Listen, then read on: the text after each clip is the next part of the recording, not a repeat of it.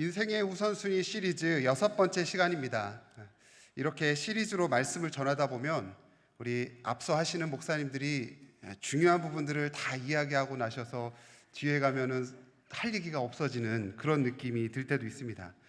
그럼에도 전하고 또 전해도 언제나 가장 중요한 부분이 있지요. 바로 예수 그리스도. 오늘 그 가장 고상한 그 중요한 부분, 그 예수 그리스도를 우리의 삶에서 그 예수 그리스도를 어떻게 아는 지식이 충만해야 할지를 함께 나누려고 합니다. 저는 다큐멘터리 영상을 굉장히 좋아합니다. 그 중에서도 항공모함 로널드 레이건 호를 다루는 그 안에서 일어나는 일들에 대한 다큐멘터리 영상이 있습니다. 우리 사진에 보이시는 저 배가 항공모함 로널드 레이건 호입니다. 2007년에도 부산항에 들어왔었고 또 2017년에도 우리 부산항에 들어왔었습니다. 항공모함으로는 세계 최대의 규모를 자랑합니다. 길이가 332.85m, 높이가 62.97m. 이 얼마만큼의 크기인지 모르시겠죠? 저 위에 있는 비행기 갑판장이 축구장 3배의 면적의 크기입니다. 대략 우리 상당교회 여기 예배당 한 6개를 저 위에다 얹어놔도 다 올라갈 만큼 큰 크기죠. 한번 연료를 채우면 20년 동안 연료를 채울 필요가 없습니다. 그리고 최대 5,600명이 탑승할 수 있고요. 약 85대가량의 항공기들이 탑재되어 있고 최신의 항공기인 FA-18A라든지 슈퍼 호넷 비행기로부터 여러 가지 항공기들과 미사일들이 장착되어 있습니다. 웬만한 작은 나라들 군사력을 다 합친 것이 저 배 한 척의 군사력하고 비슷한 정도라는 거죠. 엄청난 항공모함입니다. 어느 곳에 배치되어도 전쟁에서 두려울 것이 없는 가장 이 세상 지금 존재하는 최강의 무기 중 한 가지이죠. 그런데 이렇게 강력한 항공모함이 가장 두려워하는 것이 하나 있다라고선 그 다큐멘터리 영상에서 계속 얘기합니다. 그것은 바로 그 배에 탑승해 있는 군인들의 안일한 자세입니다. 영상을 보면서 계속해서 들려왔던 단어 한 가지가 있었는데요. 그 단어는 바로 집중해야 된다, 집중을 요한다 라는 단어였습니다. 항공모함 위에 그 짧은 활주로 위에서 비행기가 이륙하고 착륙하기 위해서는 결코 쉬운 일이 아닙니다. 그리고 항공기에 그 미사일과 폭탄과 같은 무기를 탑재할 때에도 한순간도 마음을 놓을 수 없습니다. 집중해야 하죠. 왜냐하면 나의 단 한 번의 실수가 곧 큰 재앙으로 모두가 죽게 되는 그 죽음과 연관되어 있기 때문입니다. 그 어마어마한 항공모함을 한순간에 날려버릴 수 있다는 거죠. 그래서 훈련하고 또 훈련합니다. 그 배에 타 있는 승무원들은 모두 정해진 룰과 법칙에 따라서 훈련하고 또 실전에 임하는 것입니다. 어느 한 사람도 자기가 하고 싶은 대로 하고 싶다고 해서 이렇게 저렇게 해서는 안 되는 겁니다. 한 사람이라도 자기 편한 대로, 자기 알고 있는 대로, 자기 하고 싶은 대로, 자기 방법대로 움직였다가는 그 배에 타고 있는 모두가 큰 어려움을 당하게 된다는 것이죠. 외부에서 그 항공모함을 부시기 위해서 들어오는 공격도 들어오는 것은 전부 다 막아낼 수 있지만 정작 그 내부에서 일어나는 아주 사소한 그 실수 하나가 그 배를 큰 위험으로 몰아넣는다는 거죠. 그래서 훈련받는 최정예 해군들이지만 그럼에도 그들은 항상 순간순간에 집중해야 한다. 언제 일어날지 모를 상황을 대비하기 위해서 훈련하고 집중하는 것에 가장 에너지를 많이 쓴다라고 그 영상에 소개하고 있습니다. 오늘 우리가 살고 있는 이 시대에도 참 많은 직업들이 있습니다. 통계된 직업이 2019년 말에 의하면 12,823개입니다. 우리는 살면서 지금까지 해온 일도 있고 지금 하고 있는 일도 있고 또 앞으로 해야 할 일들도 있습니다. 그런데 이렇게 많은 직업들 중에서 우리가 어느 하나를 선택하고 그 선택된 것을 따라서 집중하여서 살아가는 것, 앞서 말씀드린 항공모함 안에서 그 사람들이 삶의 그 배에 타는 것을 선택되어지고 그 안에서 집중하여서 그 배를 이끌어 갔던 것처럼 우리도 우리의 삶의 영역에서 우리가 크고 작은 우리의 배에서 어떤 선택을 하고 그 배를 이끌어가기 위해서 우리의 삶을 이끌어가기 위해서는 우리는 집중하고 또 집중해야 될 필요가 있다는 것이죠. 이거 내가 지금까지 평생 해온 일이라 이 정도는 눈 감고도 할 수 있어 라고 생각하고 안일한 자세로 임했다가는 그 모든 것들이 한순간에 무너져 버리는 일들이 될 수 있다는 거죠. 그렇기 때문에 우리 지난주에 설교의 제목이기도 했었죠. 선택과 집중. 무엇을 선택하고 무엇을 집중하는 것, 그것이 우리에겐 너무나 중요한 일이라는 겁니다. 그래서 우리의 삶의 연속적인 그 선택의 영역들 안에서도 우리는 옳은 선택을 해야 하고 그 옳은 선택을 해서 그 선택에 집중해서 살아갈 수 있어야 합니다. 때로는 잘못된 선택을 할 때도 있습니다. 때로는 잘못된 선택을 하게 되면은 그 잘못된 선택에서 돌이켜서 다시금 돌아와서 올바른 길을 향하여 갈 수도 있는 것이죠. 그런데 우리는 항상 그 옳은 선택이 무엇인지를 고민하는 그 질문 앞에서 멈칫합니다. 내가 이것을 해야 할 것인가 말아야 할 것인가, 이것이 어떤 것이 나에게 더 중요한 것인가, 어떤 것이 나에게 더 의미 있는 일일까 라고 고민하고 생각하지만 우리는 그 선택을 하기가 굉장히 어렵다라는 거죠. 왜 그렇습니까? 제대로 된 지식이 부족하거나 혹은 그것에 대한 경험이 부족하기 때문이죠. 그래서 우리는 올바른 기준을 정하기 위해서 집중해야 하는데 그 집중하는 것을 오늘 바울을 통해서 보고자 하는 겁니다. 오늘 본문에서 바울이 무엇에 집중하였는지 살펴보며 또한 우리의 삶의 우선순위들 안에서 우리는 무엇에 집중하여 그 삶의 우선순위를 정해야 할지 살펴보려는 겁니다. 바울 서신은 기독교의 진리의 가장 중요한 내용들을 담고 있습니다. 내용이 명확하고 구조도 치밀하게 구성되어 있기 때문에 또 대부분 편지 형태로 구성되어 있기 때문에 글쓴이가 받는 이에게 이야기하듯 쓰여져 있어서 우리는 그 내용을 읽기만 해도 쉽게 지금 나한테 하는 이야기인 것처럼 들을 수 있습니다. 그런데 본문을 제대로 이해하기 위해서는 편지를 받는 교회들의 사정을 잘 알아야 하는데 그런 부분은 서신서의 내용들을 통해서 추측하며 살펴볼 수도 있지만 성경 밖에 또 참고 자료들을 살펴볼 수도 있지만 그런 자료들은 사실 희박합니다. 다행히 사도행전을 통해서 이 빌립보서의 배경에 대한 중요한 단서들이 나와 있다는 것이 이 빌립보서를 보면서 빌립보 교회가 지금 어떠한 상황이고 그래서 바울이 이러한 내용을 썼구나라는 것을 알 수 있다는 거죠. 이 빌립보서는 여느 서신서들에 비해서 조금은 더 은혜로운 서신입니다. 내용이 어렵지도 않고 어떤 교리적으로 책망하거나 또 논쟁이 많지 않아서 읽는 이도 듣는 이도 은혜롭게 받을 수 있습니다. 빌립보서는 우리 옥중 서신이라고 알려져 있는 4개의 서신, 에베소서, 빌립보서, 골로새서, 빌레몬서, 이 4권의 서신 중에 하나인데 감옥 안에서 이 바울이 자신의 체험을 빌립보 교인들에게 감사하고 권면하는 내용으로 되어 있습니다. 많은 신학자들은 이 빌립보서를 기쁨의 편지라고도 말하는데요. 왜냐하면 이 서신 안에는 기쁨이라는 단어가 많이 등장하기 때문이죠. 바울은 감옥 안에서도 성령으로 기뻐하고 있고 또 이 기쁨을 감옥 밖에 있는 빌립보 교인들과 나누고 싶었던 겁니다. 그런데 내용을 곰곰이 생각해 보면 빌립보 교회에도 문제가 없었던 것은 아닙니다. 사실 바울은 빌립보 교인들을 매우 기뻐하고 기대하고 있지만 빌립보 교인들은 오랫동안 바울을 잊고 있었습니다.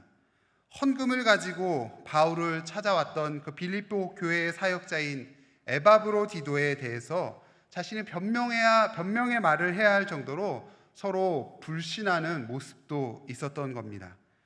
그 상황을 풀기 위해서 또 디모데를 직접 보내야 할 정도였던 거죠.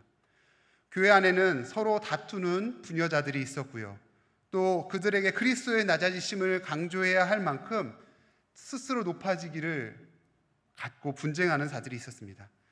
더욱이 빌립보에는 율법주의자들이 활동함으로 인해서 가장 큰 갈등이 있었습니다.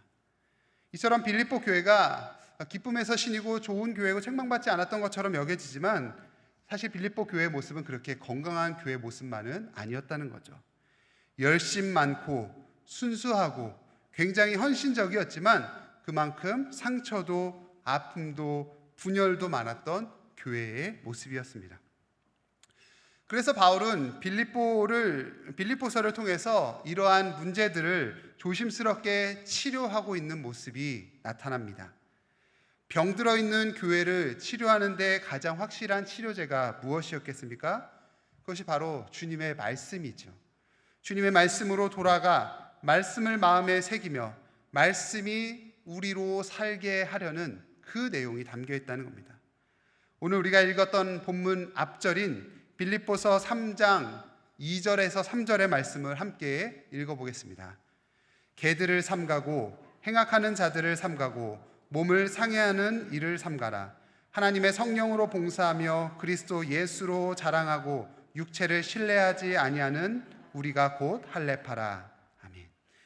바울은 빌립보 교회 내에 큰 문제거리였던 유대인 율법주의자들을 향해서 오늘 이 말씀으로 문제 제기를 하고 있는 겁니다. 할례를 행해야 구원을 받는다고 가르치면서 예수 그리스도의 복음에 대적하는 유대인들을 경계하려 강력하게 경고하고 있습니다. 2절에서 삼가하라 삼가하라 삼가하라 이 말씀이 3번이 반복적으로 나오는데요. 헬라어 이 블레페테라는 단어가 아주 강조되어서 아주 이들을 절대적으로 삼가해야 될 것들을 표현하고 있는 거죠. 유대인들은 이방인들을 상종도 할 수 없는 더러운 자들이라 여기며 개들로 멸시하였습니다. 집에서 키우는 그 반려견이 아니라 도시를 쏘다니면서 쓰레기와 오물을 치우며 자기들끼리 싸우는 행인을 공격하는 그런 들개들을 비유해서 얘기했다는 거죠.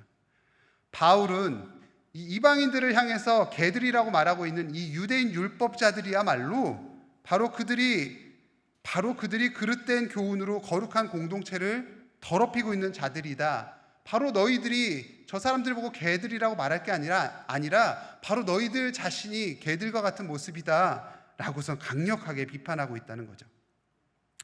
자신들이 알고 있고 자신들이 경험하고 자신들이 행하는 것만이 옳다고 여기는 종교인들을 향한 외침이었습니다. 참 하나님의 뜻을 따르는 것이 아니라 자신의 소견에 옳은 대로 자신들의 방식대로 믿으며 자신들의 방식대로 옳다고 여기며 다른 이들을 괴롭히는 신앙인들을 향한 외침이었다는 것이죠. 이런 유대인들은 자신들이 율법을 지키는 자들이라 자부하며 자신들의 종교적 행위를 통해 구원을 받게 될 것이라 믿었습니다.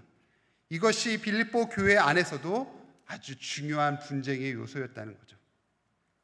예수 그리스도께서 십자가의 대속 사건을 통해서 할례로 상징되는 언약 관계가 이제는 그리스도의 죽음과 부활로 새로운 관계로 실현되었다라는 것을 보여주셨는데도 여전히 유대인들은, 율법주의자들은 그 할례 자체의 의미를 가장 중요하게 부여하고 있었다라는 거죠.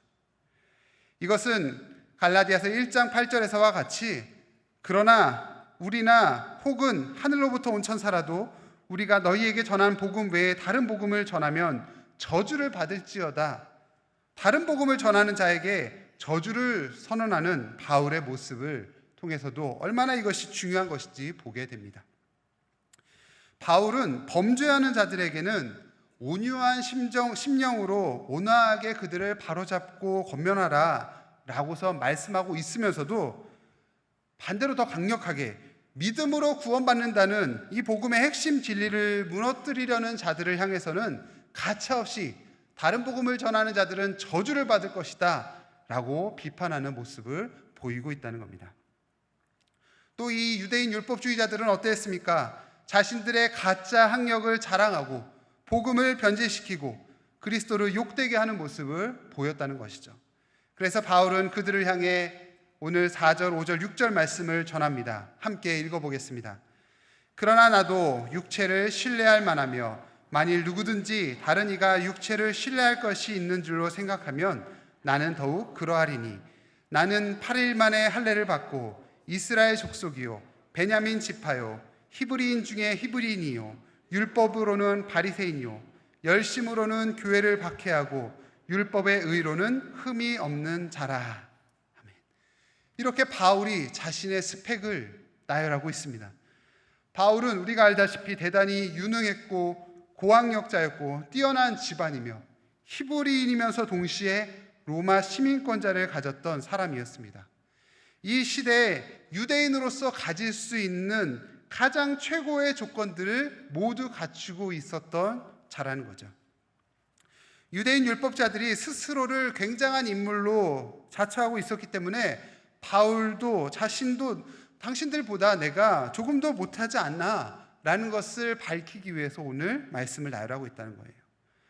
바울은 전도 여행 중에 만나는 수많은 학자들이나 지식인들 또 권력자들과의 논쟁에서도 절대 꿀리지 않을 만큼 화려한 수사법을 구사했으며 지식이 충만했던 사람입니다. 우리가 알다시피 그 당시 최고의 엘리트 그룹이었다는 거죠. 그가 자신의 스펙을 줄줄이 나열했죠. 나 이런 사람이야. 내게 자랑할 만한 것이 너무나도 많아. 이렇게 이야기합니다. 이렇게 바울이 구원과는 일개도 상관없는 이러한 스펙들을 늘어놓은 이유가 무엇이었겠습니까? 내가 잘났어 라는 것을 강조하고 싶었던 거였겠습니까? 아닙니다. 바울이 유대인 율법자들을 비판하는 것이 그들보다 조금 모자라서 내가 열등의식을 갖고 있기 때문에 너희를 비판하는 것이다 라는 그런 의심을 살 수도 있었기 때문입니다. 내가 너희들보다 모자라서 열등감 때문에 너희를 비판하는 게 아니라 난 너희들보다도 더 좋은 것들을 갖고 있지만서도 내가 너희를 비판하는 것들은 이러이러한 것들이야 라고 말하고 있다는 거죠. 근데 그보다 더 중요한 이유는 자신이 과거에 자랑거리로 여겼던 나의 이러한 학업과 학력과 집안 배경과 모든 이런 상황들, 이런 것들, 자신의 모든 스펙들이 하나님의 의를 이루는, 하나님의 구원에 이르는 데는 이득되는 것이 아니라 오히려 손해였으며 심지어 그것을 내가 모든 것을 배설물로 여기고 있다라는 것을 강조하기 위해서 이 이야기들을 하고 있다는 거죠. 내가 아무리 이렇게 잘난 것이 있어도 주님의 의를 이루는 데에는 이것은 아무짝에도 쓸모없는 것이야 라고 말하고 있다는 겁니다. 그렇게 자랑할 만한, 내세울 만한 것들을 그리스도를 위하여 다 해로 여기고 배설물로 여기고 모든 것을 잃어도 좋다라고 말하며 사도행전 20장 24절의 말씀에서와 같이 바울은 그렇게 고백합니다. 함께 읽어보겠습니다. 내가 달려갈 길과 주 예수께 받은 사명 곧 하나님의 은혜의 복음을 증언하는 일을 마치려 하면은 나의 생명조차 조금도 귀한 것으로 여기지 아니하노라. 아멘. 나의 생명조차 조금도 귀한 것으로 여기지 않는다. 이것이 바로 바울의 고백입니다. 예수를 만나기 전까지는 자기에게 가장 귀하게 여겼던 자신의 모습이 이제 예수를 만난 후 이제는 아무것도 의미 없는 것으로 선포하는 겁니다. 내 주 예수 그리스도를 아는 지식이 가장 고상한 것이다. 내게는 예수 그리스도가 가장 고상한 것이다 라고 선택하며 선포하고 있다는 것이죠.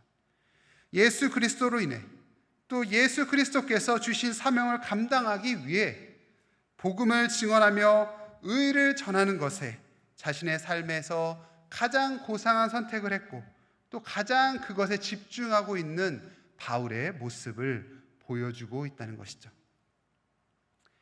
사도행전에 나오는 이 바울의 전도 여행은 크게 3차로 분류해서 봅니다. 하지만 사도행전에 모두 기록되지 못했던 내용들을 통해서 보면 4차 혹은 5차까지도 보죠. 바울이 유대인들에게 고발을 당해서 로마까지 압송되어져 가는 그 과정을 4차 전도여행으로, 그리고 그 후에 로마에서 풀려나고는 저 유럽의 끝자락인 서바나, 스페인까지 다녀오는 것을 5차로 보곤 합니다. 바울은 로마에서도 복음 전하기 위해서 그 길을 선택했고 또 바울이 여러 가지 이유로 고발을 당했지만 로마 시민권을 가지고 있었기 때문에 재판을 받지 않고 임의대로 형벌을 가하거나 제약할 수 없었던 것이죠. 그래서 바울은 가이사에게 상소하면서 되려 로마까지 압송되어져 가는 그 길을 선택합니다. 함께 전도여행을 다녔던 많은 제자들과 다른 무리들은 바울이 죽기 살기로 이 복음을 전하는 모습을 보면서 계속해서 주변에서 만류하는 모습들을 보입니다. 그렇게 하다가도 바울이 그렇게 했던 이유가 바울이 죽게 될까 봐 걱정되었기 때문이죠. 그럼에도 바울은 계속해서 복음을 전하는 것을 선택하며 그 일에 집중하여 달려갔던 겁니다. 자신을 재판하는 사람에게까지 복음을 제시하며 그들에게 계속해서 복음을 전하는 일을 멈추지 않았죠. 어떻게 바울이 그렇게 할 수 있었겠습니까? 바로 거기에 바울의 집중력, 주변의 다른 사람과 상황들, 이 이야기들은 다 마음을 빼앗기지 않고 오직 예수 그리스도께만 집중하였던 그것이 바로 바울을 그렇게 행동하게 했던 것입니다. 다메섹으로 가는 길목에서 만났던 그 예수 그리스도로부터 단 한순간도 눈을 떼지 않고 예수님만 바라보며 나아갔던, 그리고 그분을 경험하며 그분과 매일 동행하며 그분과 하나 되기를 바라며 그 길을 걸어갔던 겁니다. 그래서 갈라디아서 2장 20절에서 바울은 이렇게 고백합니다. 내가 그리스도와 함께 십자가에 못 박혔나니 그런즉 이제는 내가 사는 것이 아니요 오직 내 안에 그리스도께서 사시는 것이라. 이제 내가 육체 가운데 사는 것은 나를 사랑하사 나를 위하여 자기 자신을 버리신 하나님의 아들을 믿는 믿음 안에서 사는 것이라. 아멘. 우리는 대부분 우리 자신의 일과 상황과 우리의 모습에 집중하며 살아가게 됩니다. 어떻게 살아야 할까? 무엇을 먹어야 할까? 어떤 집에서 살아야, 어떻게 우리 자녀들을 키워야, 어떻게 무엇을 해야만 내가 더 잘 살 수 있을까? 나 자신에게 초점이 맞춰져 있는 경우가 많습니다. 우리 자신의 관심은 우리 자신이지만 그런데 정작 우리 하나님의 관심이 우리에게 있다는 것을 우리는 잊고 살 때가 있습니다. 우리 한 사람 한 사람을 향하여 우리 자신이 관심 갖지 않아도 될 만큼 우리 하나님이 우리에게 관심을 갖고 우리에게 집중하고 계시다는 것, 이것이 얼마나 우리에게 큰 힘이고 능력인지 우리가 다 알 수 없습니다.